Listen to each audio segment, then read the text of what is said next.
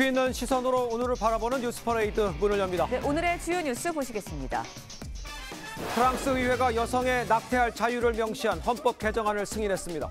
이에 따라서 프랑스는 세계 최초로 헌법상 낙태할 자유를 보장하는 나라가 됐지만 즉각 찬반 논란도 벌어졌습니다. 네, 정부가 오늘부터 업무 복귀 명령을 거부한 전공의에 대한 면허 정지 사전 통보를 시작할 예정입니다. 의료법 위반 등 혐의로 고발된 의협 전현직 지도부 5명은 내일부터 줄 소환됩니다. 어제 천안을 찾은 국민의힘 한동훈 위원장이 오늘 청주를 찾아 이틀째 중원 공략에 나섭니다. 조국혁신당 조국 대표는 오늘 민주당 이재명 대표를 만날 예정인데 선거 연대 여부가 주목됩니다. 유럽연합 EU가 애플에 우리 돈 2조 7천억 원의 과징금을 부과했습니다. 애플이 음악 스트리밍 시장에서 다른 결제 수단을 제한한 것이 불공정하다고 판단한 건데 애플은 즉각 반발했습니다. 네, 저희는 잠시 뒤에 돌아오겠습니다.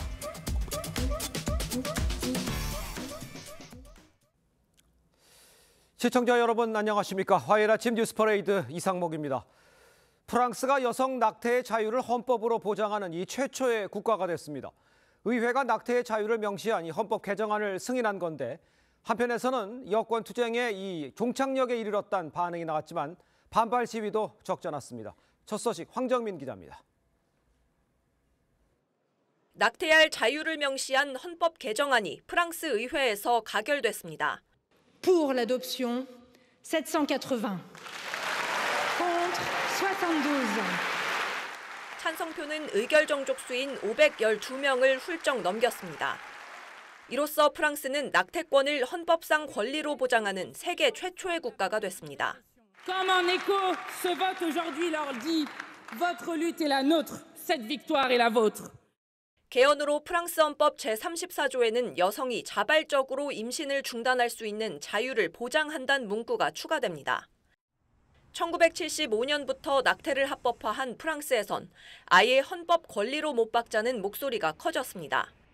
2022년 미국 연방대법원이 임신 24주까지 낙태를 허용한 로데웨이드 판결을 폐기한 것이 계기가 됐습니다. Et là, pour une fois, on est en avance, on est au rendez-vous de l'histoire de manière à protéger les femmes sur le long terme et de montrer que la... 파리시는 에펠탑에 불을 밝히며 나의 몸, 나의 선택이라며 축하했습니다.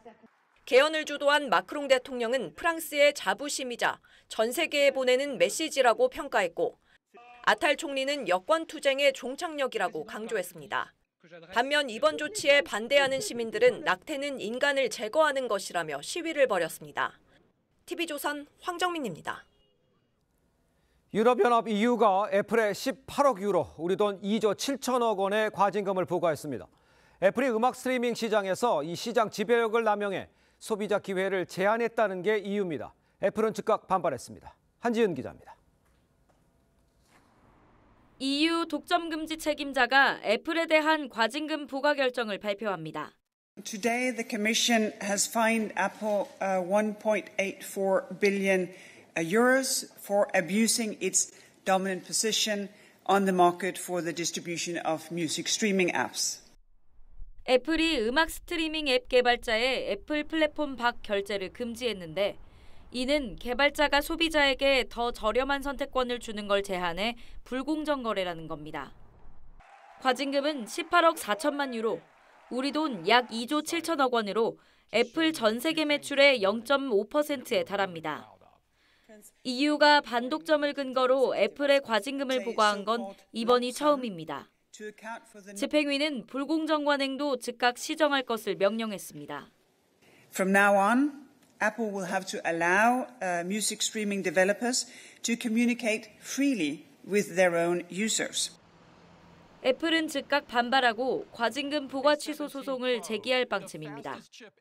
애플 측은 소비자 피해에 대한 신뢰할 증거 없이 이루어졌다며 시장 현실을 무시한 결정이라고 주장했습니다. EU의 이번 결정은 디지털 시장법 본격 시행에 따른 빅테크 규제의 신호탄이란 해석이 나옵니다. 이 법은 거대 플랫폼 사업자의 시장 지배력 남용을 방지하는 내용을 담고 있습니다. TV조선 한지은입니다.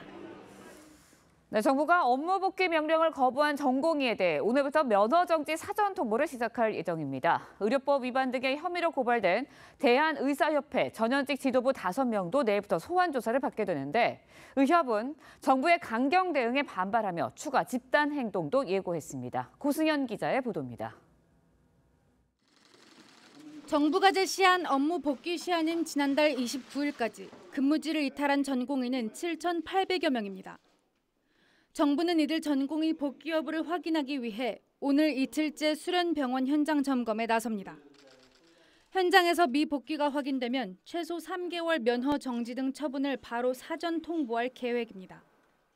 정부의 업무 개시 명령을 위반하면 최소 3개월의 면허 정지 처분이 불가피합니다. 미복귀자 처분은 돌이킬 수 없고 추후 구제도 없을 거라고 강조했습니다. 복지부는 전공의 집단사직을 조직적으로 도왔다며 전현직 의협 지도부 5명을 경찰에 고발했습니다. 전원 모두 출국 금지됐고 내일부터 소환 조사가 있을 예정입니다. 대한의사협회는 정부의 강경 조치에 반발했습니다. 정부의 이러한 행태는 의사들과는 더 이상 대화, 타협할 생각이 없음을 드러내는 것이고 희망을 잃은 전공의와 의사들에게 더 이상 의사로서의 미래는 없다는 사실을 확인시켜주는 행동이었습니다. 정부 강경 대응에도 전공의 본격 복귀는 이뤄지지 않고 있으며 의사들 추가 집단 행동도 예고됐습니다. 전공의 사직서 제출이 잇따른 가운데 경북의대 현직 교수가 처음으로 사직 의사를 밝혔습니다. TV조선 고승현입니다. 의정 간 대치가 길어질수록 애가 타는 건 아픈 환자일 수밖에 없는데요. 의사 집단이 하나둘씩 병원을 떠나가면서 뇌출혈, 심근경색 같은 응급 환자들을 못 받겠다며 손을 든 병원들이 잇따르고 있습니다. 이어서 배상윤 기자가 취재했습니다. 환자분 점심에 상포포 통증으로 내원하셨는데 CT 찍어봤더니 응급으로 상황실에 걸려온 전화. 강원도의 한 환자가 긴급 혈관 시술을 받아야 하는데 의사가 없다는 내용입니다. 수소문 끝에 서울의 한 병원으로 연결해 줍니다. 정부가 전국 4개 권역에서 문을 연 응급실 컨트롤 타워입니다. 응급실에서 조금 더 상위 기관으로 전원이 필요한 환자의 전원을 지원하기 위해서 주로 대형 병원 의사들의 공백이 이어지면서 응급실이 휘청이기 시작했습니다. 긴급함 암 환자도 2-3시간씩 기다리기 일쑤입니다. 위암 수술을 했는데 2주 전에 혈변을 보셔가지고 아이고, 언제까지인지는 2시간, 3시간.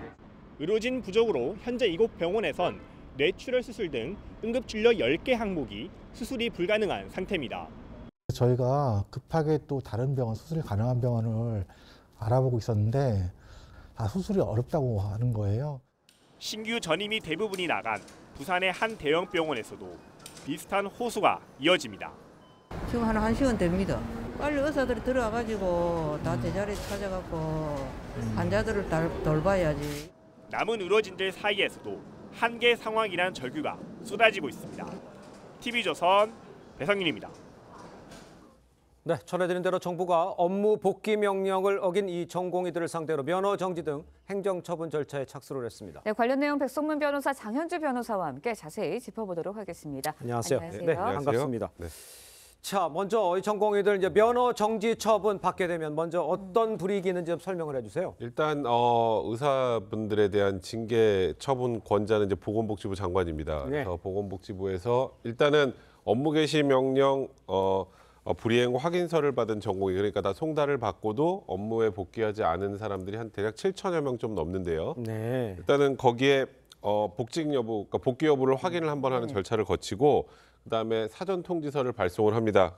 그래서 10여일 정도 소명 기간을 주는 거예요. 아까 어떤 이유로 업무를 하지 않았는지, 그렇죠. 복귀하지 않았는지 예. 이걸 이걸 거치고 나서 정상 참작 사유가 있는지 여부 등을 확인을 하고 이제 일단 3개월의 면허 정지 처분을 하게 될 가능성이 많은데요. 예. 3개월의 면허 정지 처분을 하면 그냥 3개월 면허 정지 처분에 그치는 게 아니라 실질적으로 얻는 불이익 같은 경우 전문의 같은 경우는 전공의 수련 기간을 충족할 수 없기 때문에 자격 취득 시기가 한 1년 이상 늦어질 수밖에 없는 그런 불이익이 있습니다. 그렇군요. 일단 보건복지부에서는 예. 뭐 이번 징계 과정은 불가역적이라고 지금 밝히고 있는 상황입니다. 그러니까 이걸 가지고 나중에 다시 뭐 처분을 되돌리거나 하진 않는다는 의미인데 일단 첫 타겟은 홈페이지를 통해서 고시된 대한전공의협회 비대위 지도부 그리고 수련병원 대표 등을 일단 첫 번째 타겟으로 하고 행정처분을 진행하려고 하는데 일단은 주모자 중심으로 일단 시작을 하려고 하는 것으로 보입니다. 그렇군요. 네, 의정 간의 대치 계속해서 이어지고 있는데 경찰이 내일부터 의사협회 전원직 지도부 5명을 소환해 조사할 예정입니다. 어떤 혐의로 조사를 받게 되는 건가요? 네, 일단 정부가 앞서 고발을 했습니다. 예. 말씀 주신 것처럼 의협의 전현직 간부 5명에 대해서 고발한 혐의는 의료법 위반 그리고 업무방해, 교사 방조입니다.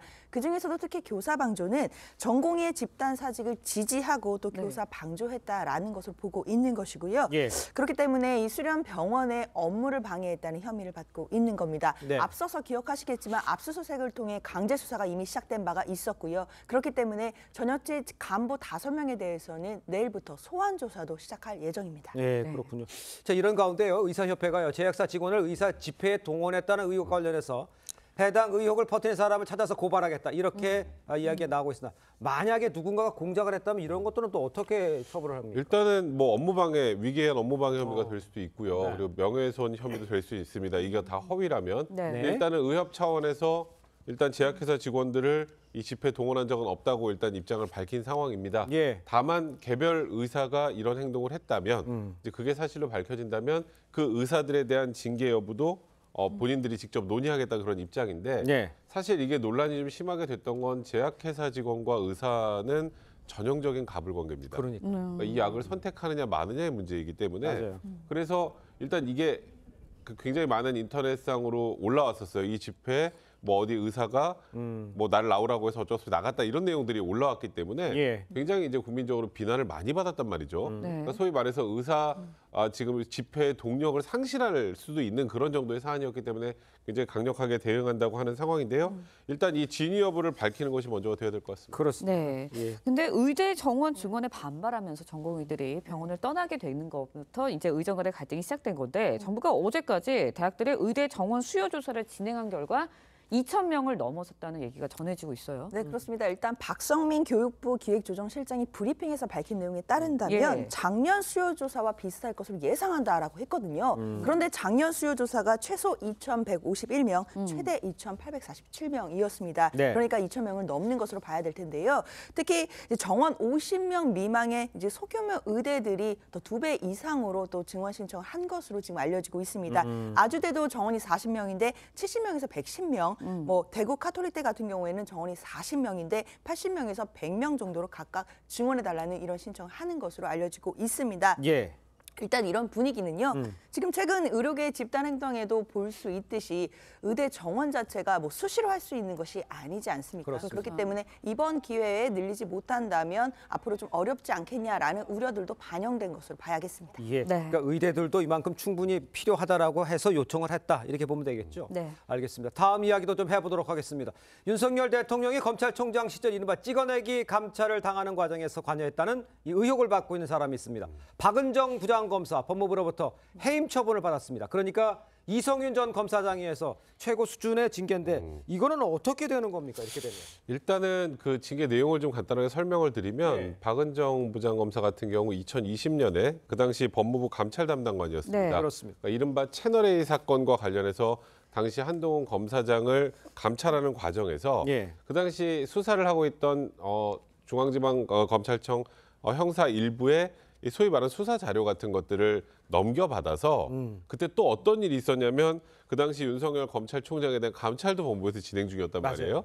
근데 한동훈 검사장이 이 소위 채널A 사건에서 나온 한동훈 검사장과 윤석열 총장 부부 내외 통화 내역이나 SNS 통신 내역 등은 이건 수사 자료고 이거는 당연히 유출이 되면 안 되는 것인데 이것을 윤석열 전 검찰총장이 감찰하는 곳에 넘겨줬습니다. 이건 뭐 명백하게 통신비밀보호법 위반에 해당하는 문제이기 때문에 이와 관련해서 이제 징계 절차에 착수했고 해임이 된 건데 근데 검사 징계법상 징계는 견책, 감봉, 정직, 면직, 해임 그러니까 가장 최고로 중한 징계 처분입니다. 예. 해임 경우에는 3년간 변호사 개업은 금지되고요. 다만 정치 활동의 자유는 보장이 됩니다. 그렇군요. 박은정 검사는 일단은 즉각 보복성 징계다라면서 반발을 했고요. 징계 취소 행정소송을 예고했습니다.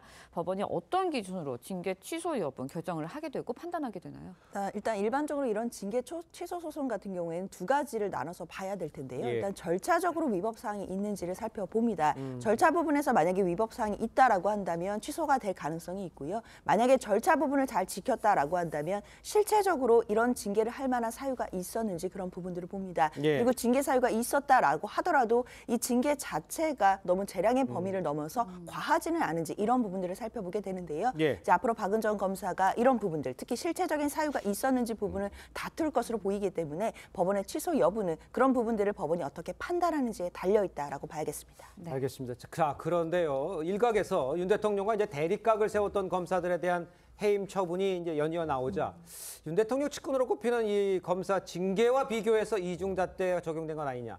이런 시각도 좀 있는 것 같아요. 이거는 어떻게 보세요, 변호사님? 그러니까 지금 말씀하셨던 것처럼 이성윤 전 중앙지검장도 해임이 됐고, 그리고 박은정 부장검사도 해임이 됐는데 이제 논란이 된 거는 지난 4월에 이제 손준성 검사장, 그러니까 고발사주 의혹으로 그때 수사를 받고 기소가 돼서 1심 재판 진행 중인 과정에서 1심 판결 선고일 전에 4월에 일단 감찰이 종료가 됐습니다. 그리고 징계 청구도 하지 않았었죠.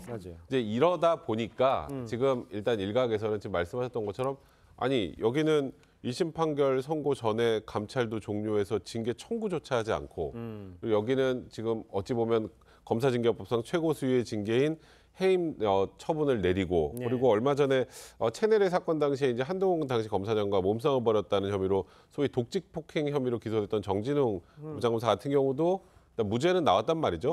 여기도 이제 지금 뭐 정직 2개월의 징계를 받은 상황이기 때문에 형평성에 문제가 있는 것 아니냐 이런 논란은 충분히 나올 수 있는 것이고 이 논란에 대해서는 앞으로 여러 가지 이제 또 문제 논란이 좀 소지가 있는 건 분명히 사실인 것 같습니다. 알겠습니다. 네. 자, 두 분 말씀은 여기까지 듣겠습니다. 고맙습니다. 감사합니다.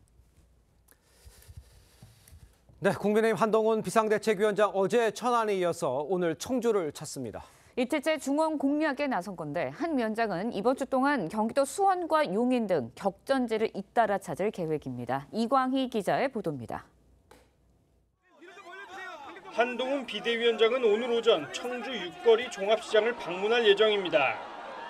시장 상인들과 간담회를 진행하며 민생경제 현안을 청취할 계획인데 어제 천안 중앙시장에 이어 연이틀 격전지인 충청 지원 유세에 나선 겁니다.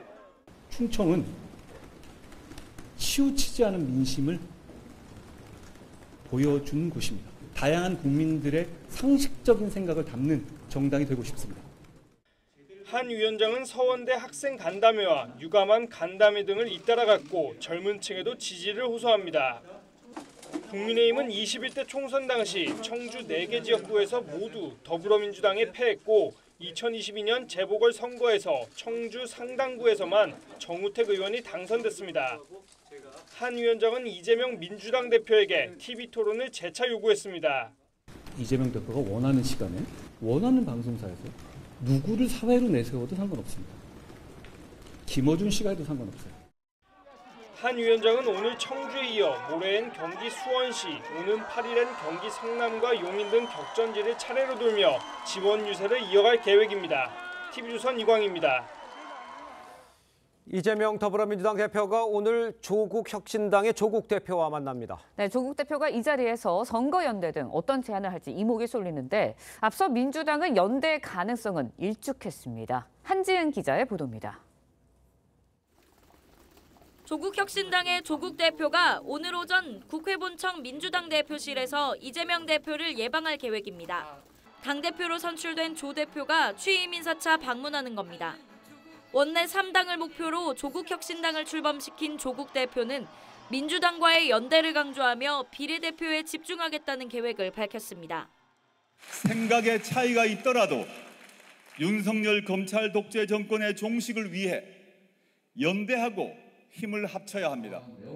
앞서 이 대표는 비례 위성정당인 민주연합 창당 뒤 조국혁신당과의 연대 가능성에 거리를 두었습니다. 보시는 것처럼 원내 정당 중심으로 시민사회 세력까지 함께 하고 있기 때문에 이 기조는 그대로 유지될 가능성이 많습니다. 조 대표는 용해인 새진보연합 상임대표와 정호진, 한창민 사회민주당 공동대표도 예방할 예정입니다.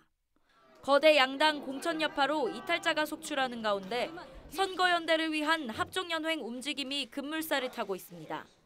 TV조선 한지은입니다. 네, 총선이 한 달에 앞으로 다가오면서 여야 대표들 이 본격적인 이 격전지 순회 일정에 나섰습니다. 네, 패널 두 분과 함께 정치권 소식 자세히 짚어보도록 하겠습니다. 최병묵 정치평론가, 김상일 전 민주당 부대변인 함께합니다. 안녕하십니까? 안녕하세요. 네, 반갑습니다. 자, 한동훈 위원장 어제 천안을 방문한 자리에서 이재명 대표를 향해서 1대1 TV 토론에 응할 것을 재차 압박했습니다. 이 대표 반응까지 함께 들어보겠습니다. 이재명 대표께서 원래 토론도 잘하시는 분으로 알려져 있고 민주당에서도 그렇게 자평해왔잖아요. 과거에 이재명 대표가 TV 토론에서 얘기했던 것 때문에 선거법 위반으로 대법원까지 갔던 것 같은 거죠. 그렇지만 지금은 너무너무 노골적인 거짓말을 하지 않을 수밖에 없을 겁니다. 그렇기 때문에 피하는 것이라고 저는 생각합니다. 계속 요청했던 것처럼 지금 이 난국을 해결하고 경제 파탄, 민생 파탄 문제를 조금이라도 완화하기 위해서라면 저는 대통령과 야당 대표의 대화가 먼저다라고 생각합니다. 자, 들으신 것처럼 이재명 대표는 대통령과의 대화가 먼저다. 한동훈 위원장 토론 요청을 저는 거부한 거로 이해를 하게 됩니다. 토론을 둘러싼 이 두 사람의 신경전은 어떻게 보십니까? 그러니까 한동훈 비대위원장은 계속 이재명 대표와 토론하자고 하고요. 그렇죠. 이재명 대표는 윤석열 대통령과 대화하자고 하죠. 예.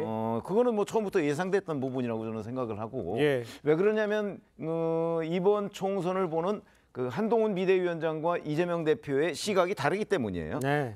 이재명 대표는 이번 총선이 윤석열 정부에 대한 심판이라고 생각을 하기 때문에 한동훈 비대위원장이 끼어들 공간을 마련하지 않을 거고 그거는 뭐 한동훈 비대위원장도 저는 안다고 생각합니다. 예. 그리고 한동훈 비대위원장은 그 윤석열 정부 심판론을 희석시키려면 윤석열 대통령을 좀 이선으로 물러나게 네. 하고 본인이 전면에서 이재명 대표하고 맞서야 되는 그런 그림을 만들기를 원하는데 그러니까 서로 그 양쪽에서 지금 그리고 있는 그림이 완전히 다른 거죠.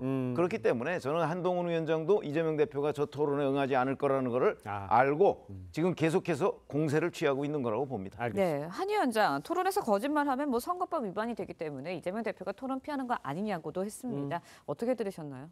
그러니까 지금 설명을 잘 해주셨지만 한동훈 비대위원장은 지금 총선 구도를 전환을 시도하는 거죠. 그러니까 그 정권 심판의 구도를 차기 지도자 경쟁 구도 뭐 이런 식으로 좀 전환하기 위한 그 도발을 하는 거예요. 그 도발에 그 반응을 해주기를 바라는 거죠. 네네. 그래서 뭐 이재명 대표 입장에서는 사실은 뭐 여기에서 거짓말하면 선거법 위반이 되기 때문에 뭐 이런 게 뭐 사실일지 아닐지 모르지만 그 생각은 제가 볼 때는 하고 있지 않을 것 같고 그냥 저런 도발에 내가 넘어가면 안 된다. 그러면은 총선에서 정권 심판 구도가 흔들린다. 이렇게 생각하는 게 거의 뭐 100%에 가깝지 않을까 이런 생각이 듭니다. 알겠습니다.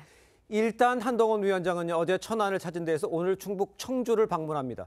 그러니까 이제 충청 민심을 얻어야 선거에 이길 수 있다 이렇게 보는 것 같은데 이 중원 싸움에서 여기가 중요하다 이렇게 보고서 움직인다 이렇게 보면 되겠습니다. 그런 거죠. 잘 아시다시피 영남이나 호남은요. 일단 뭐 그 각 당의 일종의 독점 내지는 과점 체제가 뭐 다 예상이 되지 않습니까? 거기는 뭐 공천하면 당선 뭐 이런 그 지역이 워낙 많다 보니까 이제 충분히 예상을 할 수 있는데 그거 예상이 안 되는 데가 충청이거든요. 충청과 수도권이에요. 수도권은 제3의 후보가 뭐 예를 들어서 몇천 표라도 가져가면 승패가 갈릴 수도 있는 지역이고 그다음에 충청도 같은 경우는 뭐 양당 경쟁이 있다고 할지라도 어느 당이 그 당선이 될지 예측할 수가 없는 지역이에요. 그중에 이제 첫 번째가 바로 지금 천안을 방문했는데 천안 지역구가 3개입니다. 3개 지금까지는 민주당이 다 차지했어요. 그런데 이번에 이제 그걸 탈환하겠다는 거고 청주 마찬가지로 4개인데 그중에 하나만 국민의힘이에요. 그러니까 그 어제 그 한동훈 위원장이 방문한 천안과 그 청주가 전부 다 국민의힘한테는 절대 열세 지역입니다. 대전까지 포함해서 그렇기 때문에 충청권에서 뭔가 바람을 일으키는 것이 대단히 중요하다고 한동훈 위원장이 보고 첫 번째, 두 번째 방문지를 충청도로 선택을 한 거죠. 네, 지난 총선에서 열세 지역이 이번 총선에서는 또 어떻게 변화가 될지 좀 지켜봐야 할 것 같고요. 민주당에 탈당한 김용주 의원 이야기도 좀 해보도록 하겠습니다. 어제 국민의힘 공식 입당했습니다. 현재 지역구인 영등포 갑에 전략 공천할 가능성 점쳐지고 있는데 비판도 논란도 있었지만 전국 택시 노동조합 연맹 지지를 선언했습니다. 40만 노동자가 어떻게든 지지를 선언했고 중도층을 이끌어온 거는 사실인 것 같거든요. 여기에도 좀 플러스 요인을 줘야 되는 건 맞는 것 같아요. 어떻게 보시나요? 글쎄요. 그래서 저도 이게 좀 이상해가지고 왜냐면 이게 중진이고 이런 분이 국민의힘으로 넘어가는데 과거의 역사에 대한 어떤 일관성이라든가 어떤 큰 의미라든가 이런 거는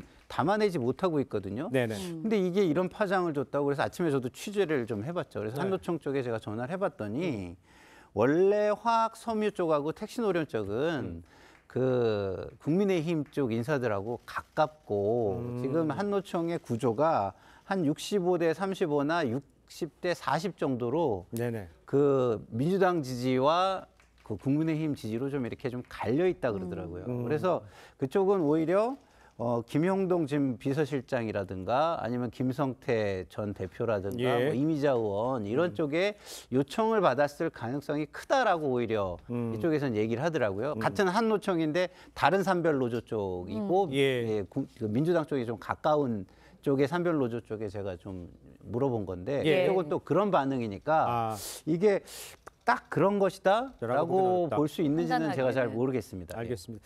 최병명 위원께는 이렇게 여쭤볼게요. 그 아까 뭐 다를 수도 있다라고 얘기를 해줬습니다만 민주당 쪽에는 이제 김영주 의원도 와 있고, 그다음에 시민단체도 와 있고, 그다음에 이제 운동권층도 와 있고, 그렇죠. 국힘이 생각보다 스펙트럼이 상당히 중도층으로 넓어졌다 이런 지적들 많이 하고 있는데 지금 이런 추세는 굉장히 도움이 된다 이렇게 봐야 되는 겁니다. 그렇죠. 그런 걸 이제 우리가 뭐 덧셈의 정치냐 뺄셈의 정치냐 이런 거를 이제 정치 후기자들이 많이 이용을 하는데 사실은 1996년에 이제 김영삼 대통령이 뭐 김문수, 이재호 뭐 이런 사람들을 대거 영입해서 당시 그 집권당이었던 신한국당, 신한국당의 외연을 확장한 적이 있거든요. 그거와 마찬가지로 저는 한동훈 비대위원장이 지금 그 이념적 스펙트럼 뿐만 아니고 그동안의 국민의힘 지지층이라고 여겨지지 않던 사람들까지도 전부 다 모아서 지금 총선에서 총력전을 벌이고 있는 것으로 생각이 돼요. 그럼 외연 확장은 상당한 도움이 되죠. 물론 여기에 아마 활용점정이 되려면 국민의힘 내 비주류 뭐 이런 쪽까지 다 이렇게 힘을 모았다면 활용점정이 되겠지만 적어도 하여튼 지금 현재까지 상황으로 보면 그 외연을 넓히는 데까지는 도움을 받고 있는 것으로 보인다. 아마 이런 것들이 그 지지율 견인 내지는 중도층의 관심을 이끄는 데 도움이 될 것이다 이렇게 봅니다. 알겠습니다. 자, 민주당 소식도 짚어보겠습니다. 이재명 대표가 본격적인 후보 지원 유세에 나섰습니다.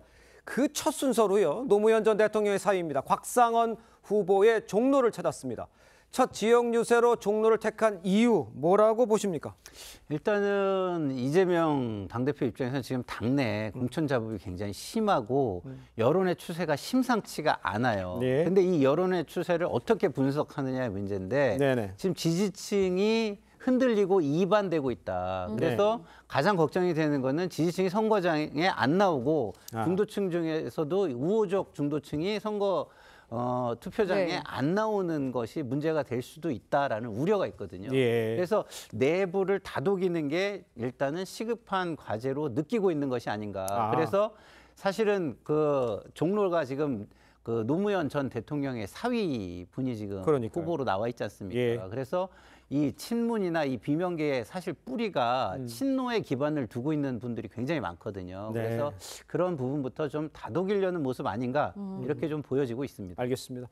자, 이재명 대표는 당내 공천 논란에 대해서 무리하게 공천하지 않았다면서 적극 반박하고 나섰죠. 이 대표와 한 비대위원장 상대방 공천 상황 두고 신경전 벌이고 있습니다. 듣고 오겠습니다. 자기 뒤에 서서 자기한테 맞춰할 사람만 꽂아놓는 거? 아니 그건 새 물을 집어넣는 게 아니라 구정물을 집어넣는 거잖아요. 그게 어떻게 혁신입니까? 썩은 물 공천, 고인물 공천, 그리고 항의조차 제대로 못하게 하는 또 언론의 입을 틀어막는 입틀막 공천 하고 있는 자신들을 되돌아보기 바랍니다. 네, 들으셨지만 앞서 한동훈 위원장이 민주당 공천, 구정물 공천에 비판을 했습니다. 그리고 이 대표 여당 공천, 썩은물 공천이라고 비판을 했거든요. 근데 이 대표가 좀처럼 그전에는 막 이렇게 나서서 한동훈 위원장의 이야기를 비판하진 않았었는데 이제 뭐 막바지로 다가서다 보니까 이런 비판을 나서는 건지 어떻게 보셨나요? 이제 공천에 대한 종합적인 평가는 이재명 대표가 하지 않을 수가 없어요. 네. 아무리 한동훈 위원장의 도발을 이재명 대표가 피한다고 할지라도 그 지금 국민의힘 전체적인 상황에 대해서는 이재명 대표가 어떤 형식으로든 국민들한테 호소를 해야 되지 않겠어요? 예. 호소하는 지점의 문제입니다. 그러니까 이재명 대표는 국민의힘 공천을 놓고 고인물 공천이라고 지금 호소를 하고 있는 거고 예. 한동훈 비대위원장은 그걸 이제 썩은물 공천이다 뭐 이런 식으로 얘기를 하고 있는 거기 때문에 예. 문제는 이제 저런 양당 대표들의 그 국민들에 대한 호소 포인트 그걸 보고 결국 국민들이 아 누구 말이 더 맞다 그러면 이제 뭐 51대 49 뭐 60대 40 이런 식으로 나뉘는 거 아니겠어요? 예. 그런 거는 아마 여기 시청자분들도 아 내 생각은 뭐 한동훈 비대위원장 생각하고 더 가깝다 또는 이재명 대표 생각하고 더 가깝다 아마 그런 결심 아래 투표장에 나가게 되지 않을까. 앞으로 아마 저런 장면은 한 달 이상 보게 될 겁니다. 알겠습니다. 양쪽을 다 똑같게 비판해 주셨는데 이제 이걸 한번 시청자 함께 좀 생각해 보시죠. 예. 민주당 공천 내용 계속되고 있는 상황이잖아요. 근데 이 대표 배우자인 김혜경 씨를 보좌했던 권향엽이란 전 비서관이요. 전남지역의 전략 공천을 두고 좀 논란이 되고 있습니다. 현역인 서동영 의원은 재심을 요청했어요. 이 상황 뭐 좀 상황과 설명과 함께 이분이 어떤 사람인지 왜 여기서 여성으로서 전략 공천을 받았는지 요거를 좀 설명해 주셔야 될 것 같아요. 그러니까 권향엽 후보는요 사실은 그 당직자 출신이에요. 그러니까요. 예, 당직자 출신이고 굉장히 그 당에서는 굉장히 주요 보직을 많이 맡은 분입니다. 예. 그러니까 어떻게 보면은 이분은 신인도 아니고 사회에서 어떤 여성 단체라든가 여성의 상징성이 있는 그런 위치에 있었던 분도 아니에요. 그렇기 예. 때문에 논란이 되는 것이죠. 기존의 정치인에 가깝다고 볼 수 있어요. 그리고 그 정치인에 가까운 사람은 경선을 붙이는 게 맞지 않습니까? 그리고 예. 이게 여성 우선 지역으로 만약에 했다면 제가 말씀드린 대로 네네. 어떤 사회적으로 상징성이 있는 인물을 모셔오는 게 맞는데 그런 게 아니기 때문에 사실은 서동용 지금 의원이 반발하는 거는 상당히 좀 약간 그 많은 사람에게 공감을 좀 얻는 부분이 좀 있는 것 같고요. 예. 권향엽 그 후보를 여기에 단독으로 이렇게 공천을 하려면 네네. 조금 더 설득력 있는 설명, 그 이유를 한 번 더 당에서 설명해 줄 필요가 좀 있다고 보여집니다. 그러니까 4년 전에서도 이 서동영 후보가 이겼었죠. 예. 경선에서 이겼죠. 그러니까요. 아마도 그렇기 때문에 이번에 경선에 못 붙이는 것으로 보여요. 이번에도 경선에 붙이면 서동용 의원이 또 이길 가능성이 높거든요. 네네. 그러니까 아예 배제를 시켜버리고 이제 권향엽 후보를 그 지역의 여성 단수 공천을 했는데 네네. 여성 전략지구라는 게 지금 민주당에서 없습니다. 없는데 만들었어요. 갑자기 만든 거예요. 갑자기 만들어서 그 지역에 저 여성 후보를 공천을 했는데 네. 문제는 그게 유권자들이나 아니면 객관적인 사람들한테 설명이 되면 납득이 되죠. 네네. 아 그래 그런 이유로 이 사람을 공천했구나 하는 건데 뭘로도 설명이 안 되는데 바로 지금 얘기한 이제 지난 대선 때 김혜경 여사의 그 부속실에 부실장을 했다는 걸 대입시켜 보면 일반 국민들이 이제 설득이 되는 거예요. 납득이 되는 거예요. 그래서 공천했구나. 그러니까 사천 논란이 나올 수밖에 없는 겁니다. 그렇군요. 공천 내용에 이어서요. 민주당 내에서도 이제 비례대표 순번을 놓고도 지적이 일고 있습니다. 예. 4년 전 비례대표 공관위원장이었던 우상호 의원. 비례 순번을 투표 없이 전략 공관위가 심사로 결정하는 거 밀실 방식이다라고 문제 제기를 했거든요. 이 지적 어떻게 들으셨나요? 저는 저거 뜻하지 않게 굉장히 바른 지적을 하셨다 이런 생각이 좀 들어요. 예. 왜냐하면 본인이 해봤으니까. 과거에. 왜냐하면 사실은 비례 명부는 네. 민주적으로 작성해서 제출하라는 게 법이에요.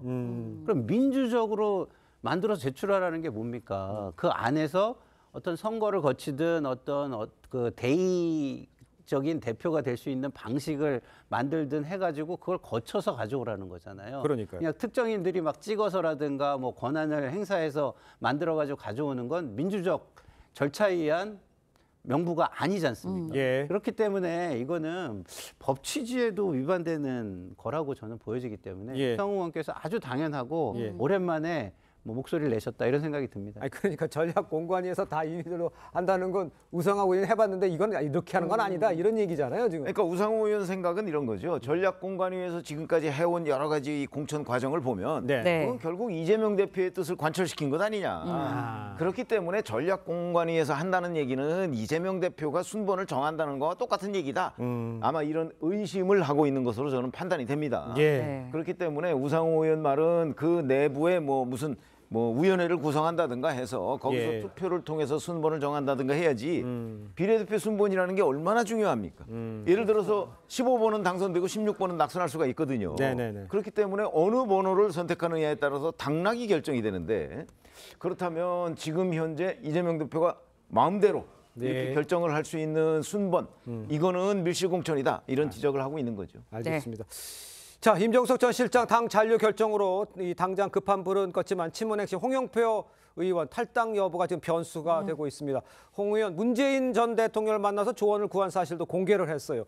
본인이 공개한 거죠. 그런데 상황을 어떻게 이해를 하면 되겠습니까? 그거는 홍영표 의원은 지난주에 그 새로운 정치를 모색하는 세력과 힘을 합쳐서 이런 얘기를 했습니다. 그런 거는 이제 결국 탈당을 하겠다는 것으로 보이고요. 그 탈당의 시점이 아마 대략 이번 주가 되지 않을까 싶은데 그 탈당을 예고해 놓은 상태에서 문재인 전 대통령을 만나서 일종의 결심을 전하고 문재인 전 대통령이 거기에 그렇다고 응원하지는 않을 거예요. 그러나 이제 원론적인 얘기를 했다. 공감하며 안타깝다는 심정 이런 거니까 저건 그냥 원론 얘기거든요. 그러나 본인으로서는 이제 문재인 전 대통령의 저런 반응을 받아서 본인의 그 어떤 결심을 결행하는데 상당한 도움이 될 수는 있겠죠. 그런 의미로 저는 문재인 전 대통령에 대한 일종의 보고 절차를 거치고 나서 본인의 행동을 하게 될 것이다 이렇게 봅니다. 알겠습니다. 임종석 전 실장의 당 잔류 배경을 두고도 여러 가지 해석이 나오고 있습니다. 새로운 미래 측에 따르면 임 전 실장이 그저 저적까지만 해도 민주당 탈당을 약속을 했다라고 하는데 입장이 바뀐 이유를 두고 일단은 여러 가지 해석이 나오는데 물밑 협상이 있었을 거다라는 이야기도 나오고 있고요. 그리고 여당 측의 해석은 총선 이후의 행보를 좀 생각을 했을 거다라는 해석들도 나오고 있습니다. 어떻게 보시나요? 저는 두 가지 다 저는 이제 개인적으로는 그렇게 생각하지 않습니다. 그러면 어떤 겁니까? 제가 개인적으로 만약에 물밑 협상이나 차기 당권을 보고 그랬다라고 생각을 하려면 지난번에 당에다 재고 요청을 했잖아요. 그 재고 요청을 할 때 이미 이런 것들이 다 해석이 이미 나온 거예요. 근데 이런 해석이 나온 상황에서 탈당을 생각했다는 것은 그거에서 변한 거거든요. 근데 이게 변한 상황에서 다시 또 그것을 번복했다? 그러면은 임종석 실장이 자기 감정 하나 제대로 지금 추스리지 못하고 있다. 이런 생각이 들어요. 최고 요청을 했는데 응답도 없고 그냥 무시 전략으로 가버렸잖아요. 굉장히 무시당했다는 생각 속에서 감정이 굉장히 앞섰고 그런 상황 속에서 이낙연 그 대표의 광주 출마까지 연기 요청을 하고 이낙연 대표는 이 정도 지금 상황이면 내가 연기하는 게 맞겠다. 이건 뭡니까? 임종석 전 실장이 우리에게 온다라는 걸 상정했기 때문에 자기 출마 선언까지 미루는 걸 요청한 걸 받아들인 거거든요. 그래서 결국에는 제가 볼 때는 광주로 가서 만난 사람들이 광주에서 이낙연 바람이 별로 없다라는 얘기와 그리고 그중에는 내가 당에서 함께 투쟁하자고 했던 사람들, 윤영찬이나 송갑석 이런 사람들, 이런 분들이 좀 발목을 잡은 거 아닌가 이런 생각이 듭니다. 알겠습니다. 정치권 취재 오래 하셨잖아요. 이거 여쭤볼게요. 글쎄 임종석 그 비중도 있고 또 중심점 역할도 할 때는 임종석 실장이 저 상황에서 왜 막판에 바꿨을까? 이거를 어떻게 예상하실 수 있을까요? 그러니까 지금 말씀하셨잖아요. 이낙연 대표를 2일에 만나고 보니까 3일에는 광주를 갔더군요. 임종석 전 실장이. 그래서 강기정 광주시장, 송갑석 의원 등등 친문 인사들을 만났다고 해요. 아마 광주의 민심을 점검하러 갔겠죠. 본인이 광주에 출마했을 경우 과연 당선 가능성이 있는가? 이런 걸 한 것으로 보이는데 아마 거기서 부정적인 의견을 받은 것 같아요. 그러니까 이제 본인은 도저히 안 되겠다. 뭐 광주에 출마해봤자 뭐 떨어진다면 뭐 의미가 없는 거 아니겠습니까? 그러면 그동안 아까 말씀하셨듯이 윤영찬 의원 당 잔류를 설득했던 때와 같은 기조로 본인도 당에 남는 게 좋다 이렇게 판단을 했을 것으로 보이고 그다음에 뭐 이제 그 총선이 끝난 후에 뭐 8월 전당대회 때 뭐 이제 대표 경선 뭐 이런 거는요 제가 보기엔 불가능합니다. 총선이 끝나면 지금보다 친명계가 훨씬 더 많아질 텐데. 그러니까요. 거기에 임종석 전 실장이 들어갈 공간은 저는 없을 거라고 봅니다. 알겠습니다. 자, 조국 혁신당 이야기도 좀 해보겠습니다. 오늘 조국 대표가요 이재명 대표를 예방합니다. 이 선거 연대를 논의할 거란 전망 나오고 있습니다. 민주당은 조국 신당과 연대 거리를 두고 있습니다. 조국 신당은 러브콜을 보내고 있고요. 어떻게 보십니까? 글쎄요. 저는 이게 뒤에 누군가 전략을 좀 짜서 조언하는 거 아닌가 이런 느낌이 어떤 의미입니까? 들어요. 그 뜻은? 이런 거죠. 지금 위성정당이 연합 위성정당이에요. 그러면 결국에는 그중에 반은 다른 당에다가 주는 게 되잖아요. 근데 예를 들어서 조국 신당 같은 경우는 민주당과 연대를 공공연하게 이야기하고 있어요.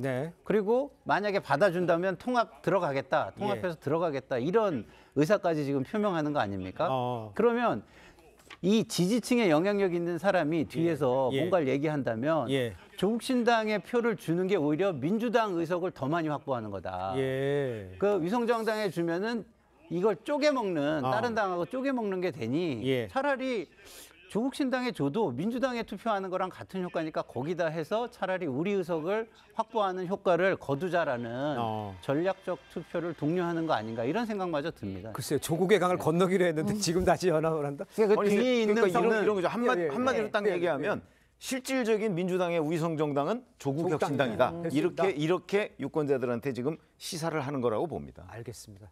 지켜보도록 하죠. 자, 두 분 말씀은 여기까지 듣겠습니다. 고맙습니다. 고맙습니다. 감사합니다. 남수선 전 영토를 평정하기 위한 대사변 준비에 계속 박차를 가해 나가야 하겠습니다. 북핵 위협 무력화 등에 중점을 두고 실전적으로 실시하며 동맹의 대응 능력을 한층 더 강화할 것입니다.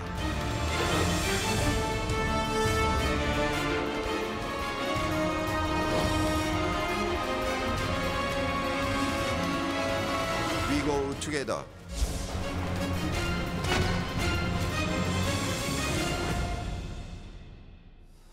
네, 보신 대로 이 한미 군 당국이 한반도 방어를 위한 이 정례 연합 훈련이죠. 자유의 방패 연습에 돌입을 했습니다. 네, 관련 내용 박원건 이화여대 북한학과 교수와 함께 자세히 짚어보도록 하겠습니다. 안녕하세요, 교수님. 안녕하세요.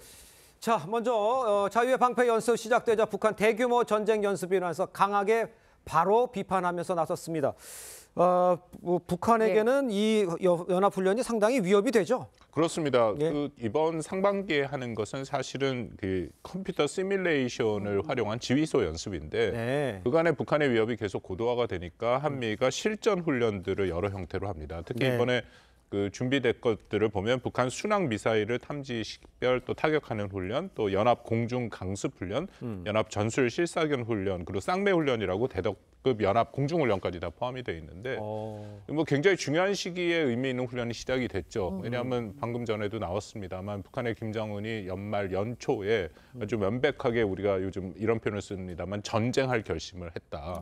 그러니까 뭐 남조선 전 영토를 평정하기 위해서 대사변, 이 전쟁이라는 것을 준비시켰고 지난 그들이 말하는 건군절에는 아예 한국의 영토를 점령 평정하는 것이 국시다. 국가의 제일 중요한 목표다라고까지 얘기를 한 상태인데요. 물론 이거 뭐 상당히 저는 그 발언 레토릭이 강하다라고 생각을 하지만 그만큼 긴장을 조성하려고 하는 그런 의도가 있어서 이번에 훈련이 준비되고 있고요. 이번 훈련 중에 가장 큰 것은 뭐 이거는 좀 민감한 사안이기 때문에 제대로 발표를 정부 당국에서 하기는 어렵긴 합니다만 기존에 우리가 갖고 있는 작전 계획이 5015라는 게 있습니다. 그것은 대규모 북한의 재래신전을 그 상정해서 하는 훈련인데 이번 같은 경우에 그간 그 새롭게 5022라는 그런 작전 계획을 준비하고 있었거든요. 그 작전 계획에는 북한의 핵에 대한 대응 능력을 담고 있습니다. 그래서 아마도 이번 상반기에 이 내용들이 좀 들어가지 않을까. 그리고 하반기에 하는 또 을지 프리덤 실드라고 해서 을지 자유의 방패 작전 같은 경우에는 뭐 정부에서 발표를 했습니다만 그 작전에서는 기존의 한미가 북한 핵 위협에 대한 공동 기획을 한 그것을 훈련을 한다. 이게 매우 중요한 거고 북한의 입장에서는 한미가 자신들이 갖고 있는 가장 강력한 능력인 핵에 대한 대응 능력을 향상시킬수록 그만큼 굉장히 큰 부담이 될 수밖에 없다라고 생각을 하고 그렇다면 우리 입장에서는 이 훈련을 더 강화할 필요가 당연히 있는 것이죠. 네, 북한의 반응이 굉장히 민감하게 나오고 있는데 한미 공군의 올해 첫 쌍매 훈련도 어제부터 시작이 됐습니다. 네. 어떤 훈련입니까? 쌍매 훈련은 대대급 연합 공중 훈련인데요. 그 공중 훈련이라는 거, 공군 훈련은 사실 연합이 매우 중요합니다. 따로따로 어떤 작전 지역을 하고 하는 훈련도 있지만 대부분 같이 연합을 훈련하는 형태로 되기 때문에 네. 우리가 전시 작전권 전환을 논의하면서도 한미 같은 경우에는 계속 연합, 공중 파트 같은 경우에는 계속 연합 체제를 유지하는 것을 처음부터 계속 얘기를 할 정도로 중요하고요. 네. 이번 훈련에는 뭐 한미가 그 한 20대 가량의 전투기가 동원되는데 우리 한국의 F-15K, 미국의 F-16이죠. 작년 같은 경우에는 그 같은 훈련에 그 한국의 우리 스텔스 전투기 최첨단 F-35A가 왔습니다. 예. 미군 F-16과 함께 이게 제2남이라고 불리는 합동 정밀 타격 그 훈련을 했는데요. 예. 이게 뭐냐면 그 북한에 김정은이 있다라고 생각하는 곳을 아주 깊숙이 파괴할 수 있는 이제 그런 무기체계이거든요. 예. 지하 벙커를 파괴할 수 있는 그런 훈련이었습니다. 그래서 우리 정부가 갖고 있는 한미가 공동으로 갖고 있는 유사시 뭐 계속해서 얘기를 하지 않습니까? 북한이 핵을 사용할 때 정권의 종말이다. 네. 그것을 실질적으로 이행할 수 있는 그런 훈련들인데요. 예. 이번에도 어떻게 그런 훈련이 이루어질지 한번 좀 두고 볼 필요가 있다고 알겠습니다. 생각합니다. 또 관심이 되는 게 이번 훈련에서는 호주와 캐나다 등 12개 유엔군 사령부 회원국도 참가를 한다고.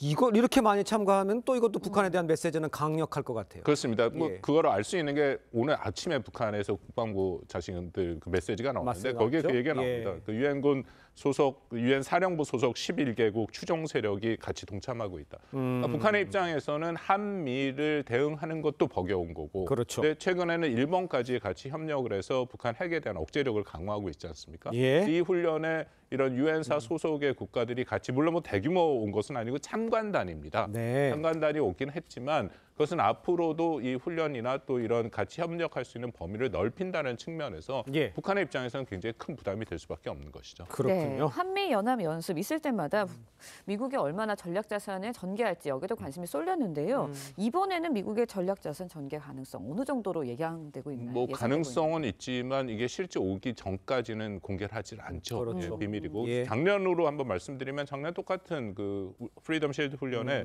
네. 그 미 원자력 추진 장모함 니미츠함이 왔었고요. 전략 폭격기 같은 건 B1B가 왔습니다. 예. 이번에도 오지 않을까 하는 그런 판단을 하고 있는데 중요한 것은 이런 전략 자산이 오는 게 확실하게 북한에 대한 억제력을 현시 보여주는 부분들이거든요. 왜냐하면 예. 방금 말씀드린 전략 폭격기라든지 이런 항공모함 같은 경우에는 북한이 절대 상대할 수 없는 압도적인 무기 체계입니다. 그러니까요. 북한이 혹시라도 유사시에 전쟁을 시작을 한다면 대규모 응징 보복이 가능한 그런 실질적인 네. 전력이기 때문에 예. 한미 측에서는 북한이 그런 잘못된 선택을 하지 못하도록 확실하게 억제 메시지를 보낸다는 측면에서 전략자산 전개는 중요하죠. 예.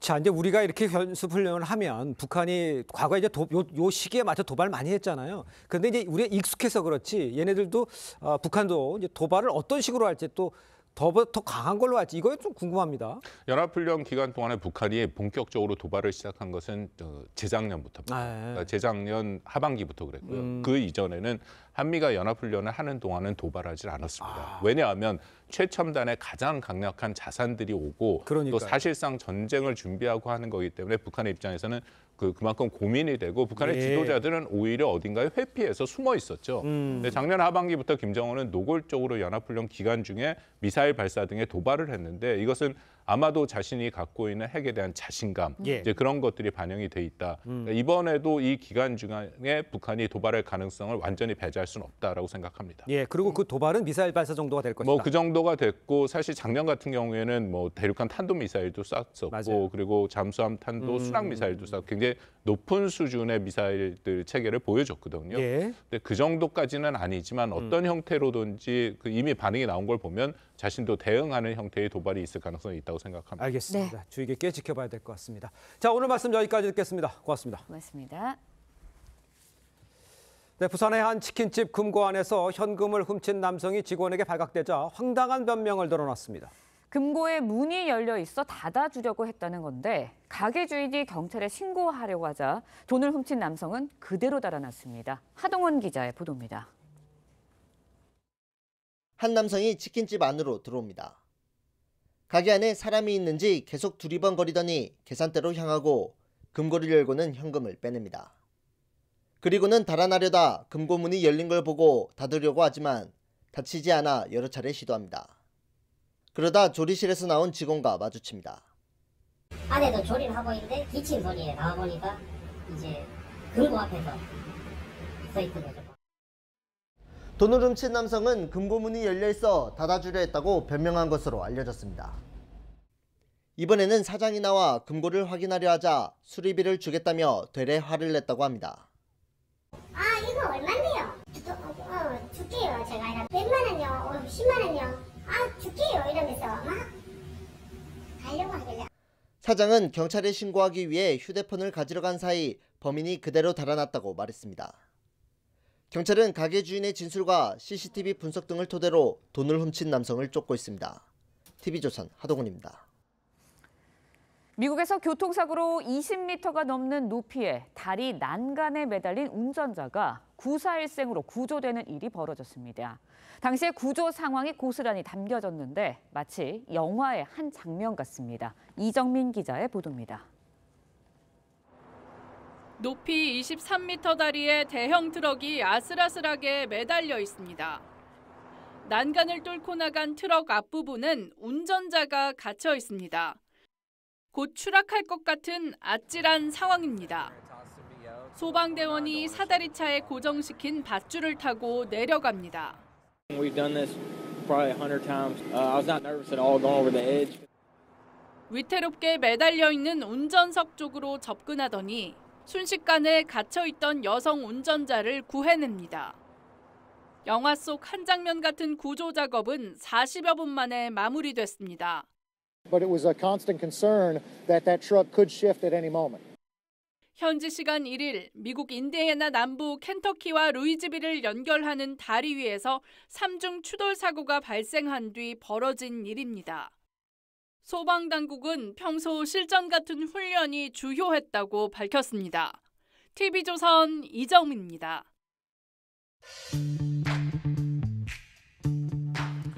렌즈에 담긴 그 순간, 그 의미를 짚어보는 시간이죠. 사진기자가 선택한 아침의 한 장입니다. 오늘은 조선일보 사진부 조인원 기자와 함께합니다. 안녕하세요. 오늘 아침에 볼 사진 어떤 건가요? 네. 선풍기와 작은 침대가 한 대 놓여 있는 이곳은 올여름에 열리는 파리올림픽 선수촌 숙소입니다. 그런데 선수들이 사용할 이 침대는 골판지로 만들었고 숙소는 에어컨 없이 치른다고 하는데요. 지난주 공개한 파리올림픽 선수촌의 숙소 모습을 사진으로 함께 보겠습니다. 올 7월에 시작하는 프랑스 파리올림픽 선수촌 개관식이 지난주에 열렸습니다. 올림픽 선수촌은 파리 북부 외곽 생드니 지역 등의 축구장 70개를 합친 넓이로 친환경을 고려해서 탄소제 배출을 최대한 줄이는 방식으로 지어집니다.